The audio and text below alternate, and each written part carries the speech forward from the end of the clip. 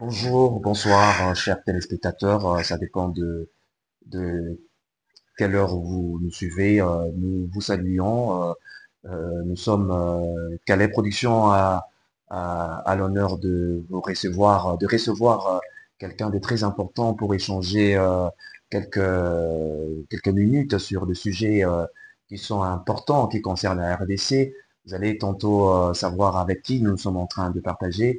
Alors, vous savez, demain, le 30 juin 2025, la RDC totalise 65 ans de l'indépendance. Aussi, vous le savez si bien, euh, cet accord de paix entre la RDC et les UCA, mais si vous voulez bien, la RDC et les UCA qui sont au milieu pour essayer de trancher cette question cruciale qui ravage l'Est de la RDC. Alors hier, c'était le 27 avril aux UCA. Notre ministre des Affaires étrangères et notre gouvernement était représenté par le ministre étranger.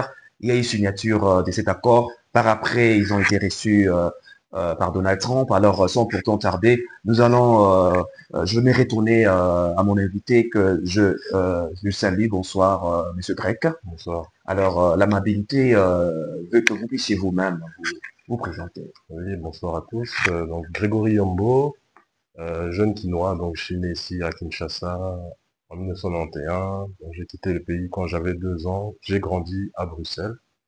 Et donc voilà, ce soir, on m'a cordialement invité pour donner mon avis sur ce qui se passe actuellement au Congo. Alors, merci pour votre présentation. Je signale que Monsieur Grec, que j'appelle affectueusement, il est maintenant ici à Kinshasa et pour un séjour, d'abord, ça va, vous êtes rentré dans votre pays. Comment trouver la chaleur de Kinshasa? C'est un sentiment assez particulier pour être totalement honnête avec vous. Ça faisait longtemps que je n'étais pas venu. La dernière fois, c'était en 1999. Mais je suis quand même rempli de joie de voir que malgré tout, mes compatriotes gardent le sourire et sont toujours aussi à cœur. Très bien, la ville de Kinshasa a toujours été une ville accueillante, voilà. Donc, Monsieur Grec, demain, la RDC totalise 65 ans de l'indépendance. Quelle analyse, quel regard, hein, vous êtes en Belgique, il y a le regard aussi de la Belgique, notre colonie, voilà, donc 65 ans de l'indépendance. Comment trouvez-vous les développements, comment trouvez-vous le développement du pays par rapport à toutes ces années, aujourd'hui, comment on va fêter l'indépendance? Mhm.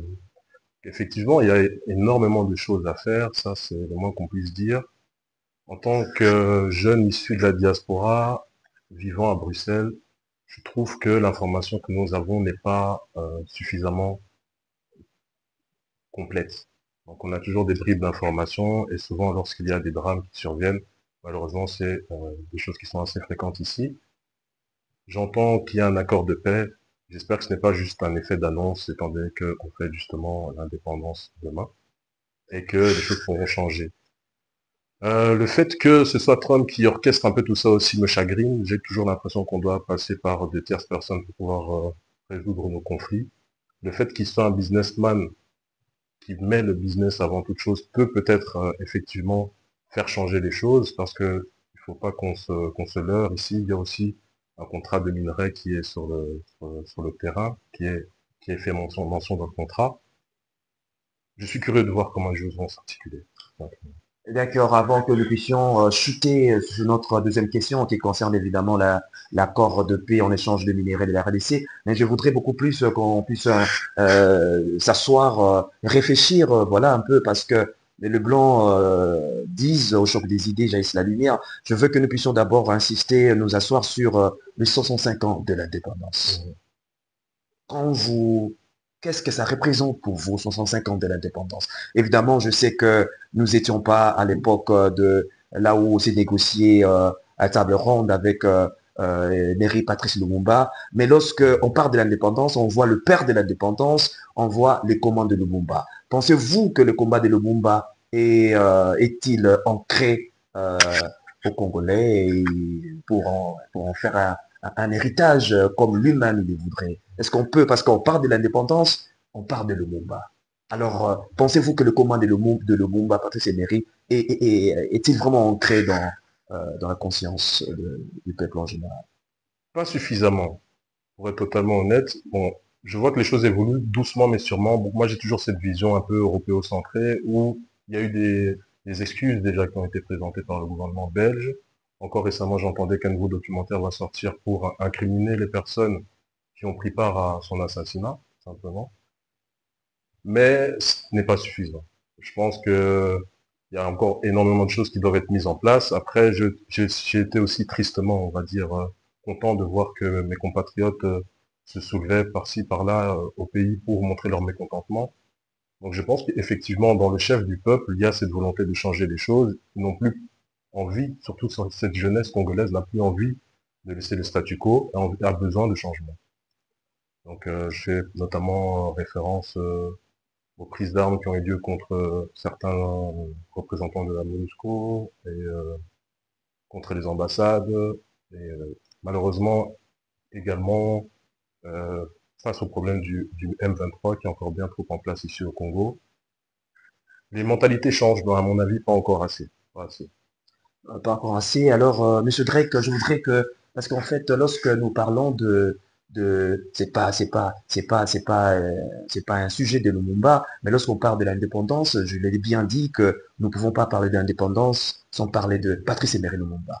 Alors, Lumumba, vous le savez si bien que il a toujours dit que le développement, il a revendiqué l'indépendance du pays, mais il a bien voulu que ces pays soit réellement un pays qui est dirigé par le fils du pays. Alors c'est ça le problème de notre pays. Si aujourd'hui nous voyons que les choses sont en train de marcher à petits pas, c'est parce que on sent qu'on n'est pas totalement libre. Alors je ne sais pas, comment est-ce que vous trouvez, vous définissez cette liberté, pas de l'Afrique en général, mais comment vous définissez cette liberté que le monde a revendiqué, mais dont nous avons toujours des difficultés à pouvoir nous approprier? C'est une bonne question. Pour être totalement honnête avec vous, est-ce que j'ai la possibilité, avec mon vécu là-bas, de ressentir les choses comme elles se doivent, si je puis dire?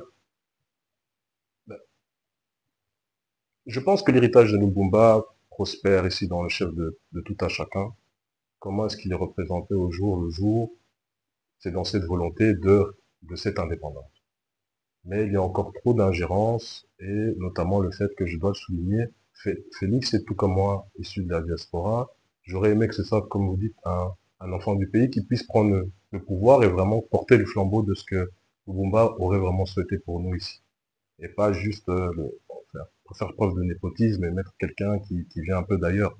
Même si, avec Félix, on voit du changement. Il a renégocié les contrats, notamment avec les entreprises chinoises qui venaient ici travailler. Il travaille à améliorer le pays, ça c'est sûr et certain. Et quelque part, par ce biais-là, il porte la voix et le message de Lumumba dans cette recherche d'indépendance. Même si je pense qu'une indépendance totale ne sera pas véritablement possible sur le long terme, étant donné qu'il y a beaucoup trop d'intérêts ici au Congo. Le sol est trop riche pour qu'on nous laisse vraiment totalement dans l'indépendance que nous méritons et que nous souhaitons ici en tant que Congolais. Alors, pour boucler finalement cette page de Lumumba, je dirais que je voudrais vous êtes toujours, comme je dis, vous venez de la Belgique.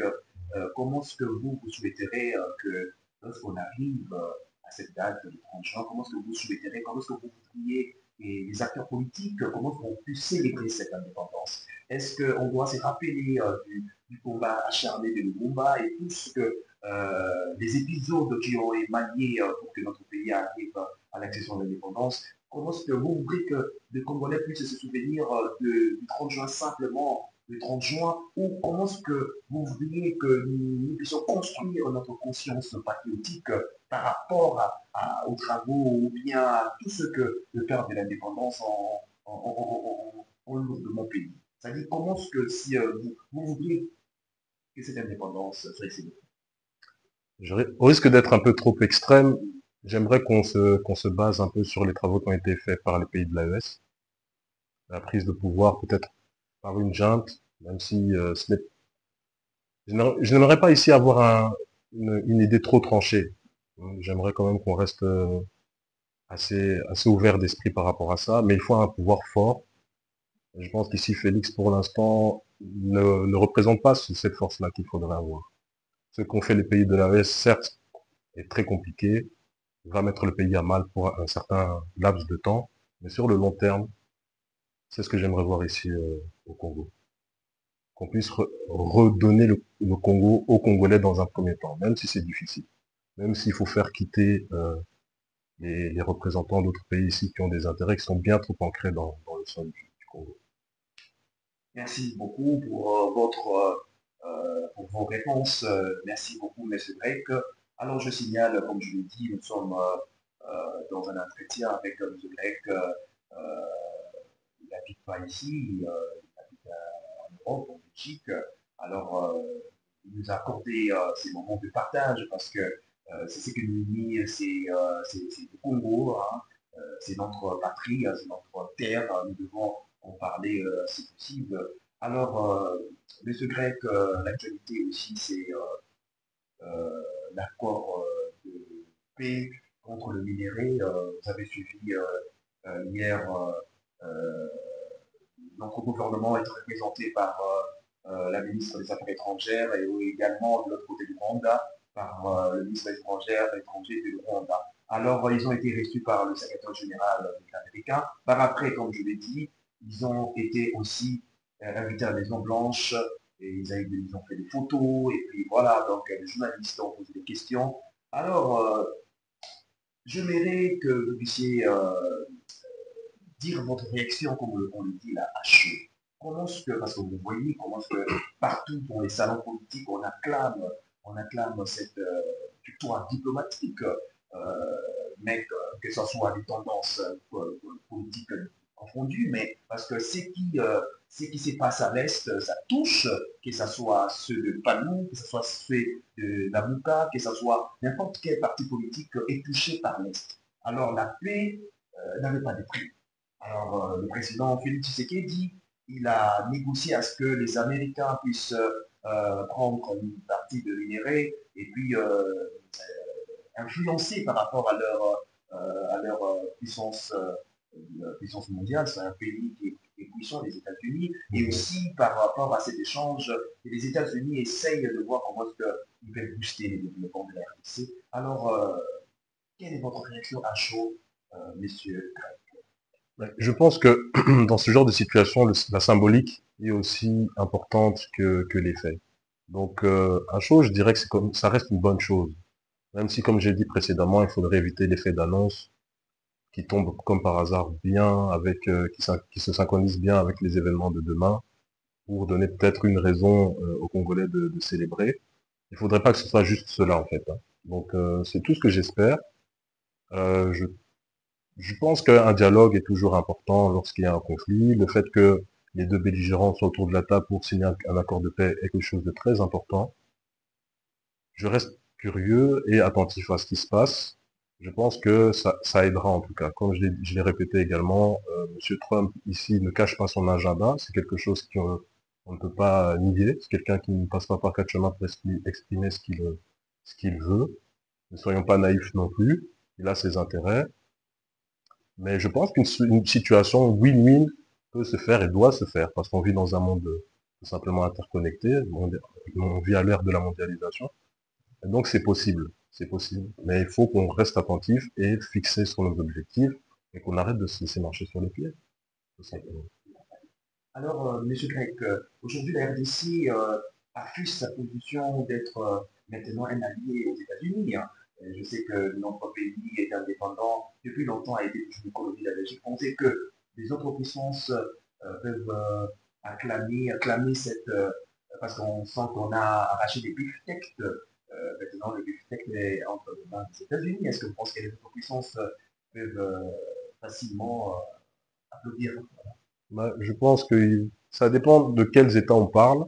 Ceux qui ont encore une vision de commerce peuvent l'applaudir parce qu'on sait qu'on connaît la position des États-Unis par rapport au business, hein, mondial. Si je pense par exemple aux Chinois, ça peut aussi leur donner cette envie de peut-être établir des contrats qui seraient plus égalitaires sur le long terme et aux autres pays qui veulent venir commercer avec nous. Parce que quand on regarde le stock de minerais qu'il y a ici au Congo, il est inimaginable. Donc ici, il y a une véritable opportunité pour tous d'évoluer ensemble. Donc si ces États-là sont dans une optique de développement sur le long terme avec le Congo, on est bien parti avec ces personnes-là. S'il y a encore d'autres États qui veulent nous asservir, qui soient prêts tout simplement à rencontrer un véritable obstacle, parce que la problématique du Congo, l'une des principales problématiques, c'est peut-être ici l'ingérence du Rwanda dans les forces armées, ces choses-là. Une problématique qui ne date pas d'hier, qui semble être encore au jour d'aujourd'hui bien trop en place. Donc, ce qui nous fait défaut, c'est une armée forte congolaise. Est-ce que maintenant, avec les Américains, nous pourrons compter sur eux en cas de conflit?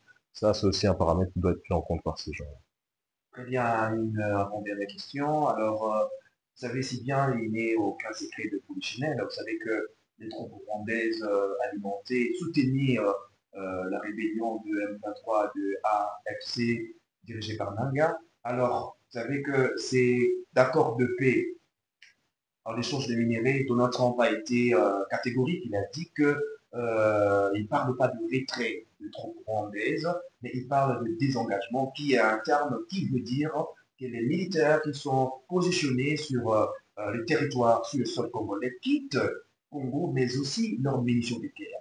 Mais vous pensez-vous pas que maintenant le M23 et les AFC sont maintenant nuls parce que leur soutien était le Rwanda? Quel bénéfice vous accordez maintenant au processus de débat? Parce que maintenant, là, ils sont conscients de pouvoir bien négocier pour que totalement la RDC récupère ou bien recouvre son intégrité territoriale. Parce que si le militaire rwandais rentre chez eux, parce que Donald Trump a dit quiconque le parti signataire de cet accord, qui violerait cet accord, rencontrerait les UCA. Nous voulons, au-delà des intimidations du président Trump, nous voulons que ça soit réellement la paix à l'Est. Mais quel processus, quel bénéfice que vous accordez au processus de dollars entre le M23 AC et la partie congolaise? Ben, comme vous le soulignez très bien, ici, c'est toujours, on va dire, malheureusement, hein, dans ce monde, c'est souvent par la force qu'on peut faire changer les choses. Je reste très attentif à la position de l'Europe, compte tenu de tout ce qui a été dit, parce qu'on sait aussi qu'encore, il y a peu, l'Europe a des accords commerciaux avec le Rwanda par rapport à des minerais qui sont congolais. C'est quelque part une aberration, parce qu'on sait que dans le sol rwandais, il n'y a pas la même quantité de minerais qu'au Congo. Et comment est-ce que le Rwanda pourrait faire ces négociations à ça, là, avec l'Europe, sans même que le Congo soit convié à ce genre d'initiative? Donc, je suis vraiment heureux, quelque part, d'entendre M. Trump prendre cette position-là. J'ose espérer que dans les faits, ce sera bel et bien le cas, parce que derrière le Rwanda, il y a beaucoup de monde. Derrière le Rwanda, il y a beaucoup Personne. de monde. Ça, je crois que c'est votre dernier mot. Alors, Monsieur Grec, à moins que vous ayez un dernier mot, mais je voudrais que vous puissiez regarder les caméras en face. Un message que vous pouvez adresser au peuple congolais, donc congolais, compatriotes. Pourquoi pas un message au chef de l'État, mais un message beaucoup plus à cette population meurtrie à l'Est qui attend simplement de vivre comme tout le peuple du monde, dans la paix, dans la quiétude, vaquer à leurs occupations. Vous avez les caméras, adresser un message à l'Est, aux femmes et aux enfants de l'Est qui veulent que cette page noire soit un peu totalement tournée. Tout à fait. Tout d'abord, un tout grand merci pour l'attention que vous avez portée à cette interview. Je donne évidemment beaucoup de force, énormément de force à mes frères et sœurs qui, encore au jour d'aujourd'hui, souffrent à cause de ces différents faits. J'aimerais également que on se concentre tous ensemble pour faire revivre cet élan communautaire. Même si le Congo est un grand pays, nous sommes tous ensemble, nous sommes tous frères et sœurs. Et malheureusement, même en Europe, étant issu de la diaspora, je constate que souvent, trop souvent, beaucoup trop souvent, les Congolais sont éparpillés. Si nous nous unissons tous derrière le drapeau, nous pouvons faire changer les choses pour un long moment. Encore merci. Téléspectateurs, si nous mettons nos efforts en commun derrière le drapeau, comme l'a si bien dit, et puis respecter les paroles qui sont incarné dans notre hymne national que je signale a été écrit par le révérend Bouka. Je pense que, comme l'a dit bien notre invité, nous irons dès l'avant. Chers téléspectateurs, les bonnes choses ne durent pas. Nous sommes à la fin. Nous avons échangé sur ces deux questions importantes. Demain, la RDC célèbre 65 ans de l'indépendance. Nous avons parlé aussi de cet accord de paix en échange de minerais dont le médiateur est les États-Unis d'Amérique.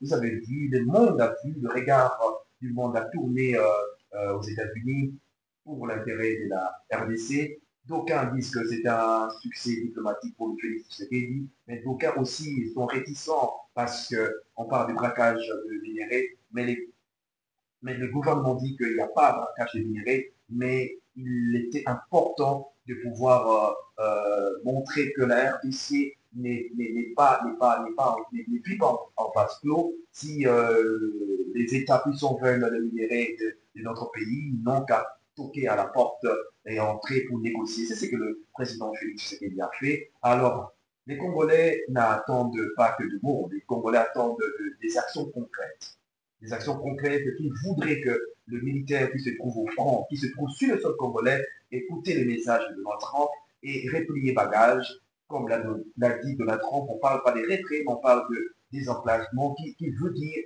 les militaires et leurs munitions de guerre. Alors, nous vous retrouverons certainement dans un autre numéro, dans un autre interview. Pourquoi pas voir l'évolution de ces accords de paix en échange de nos minéraux, voir aussi ce que les États-Unis peuvent offrir à la RDC comme développement parce que voilà, il n'y a rien pour rien, il y a toujours les mondes aujourd'hui est gagnant-gagnant. Nous voulons que dans cet échange, que la RDC ne soit pas perdant, soit gagnant. Voilà. Pour moi, je ne vous ne reste qu'à vous souhaiter une bonne soirée chez vous et bonne fête.